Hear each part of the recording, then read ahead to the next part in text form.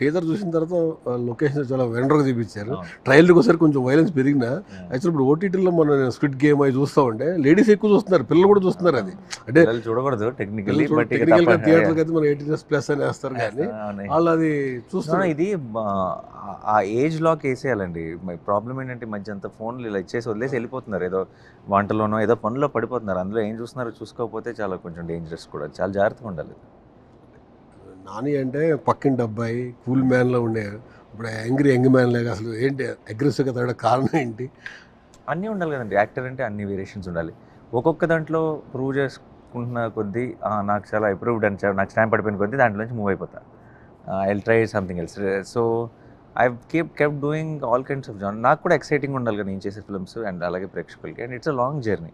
First చూసినప్పుడు చాలా fun, చాలా బాగా నాని అంటే ఫన్ అన్నారు. తర్వాత నాని అంటే జెర్సీతో ఇంటెన్సిటీ అది ఇది అని అన్నారు.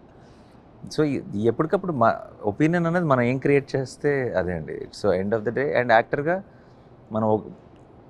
ఒకటే జోనర్లు చేసేవాళ్ళు ఒక రకంగా ఐ ఫీల్ అయితే ఒక చిన్న భయం ఉంటుంది వాళ్ళకి. అందుకే ఒకదానికి స్టక్ అయ్యారు.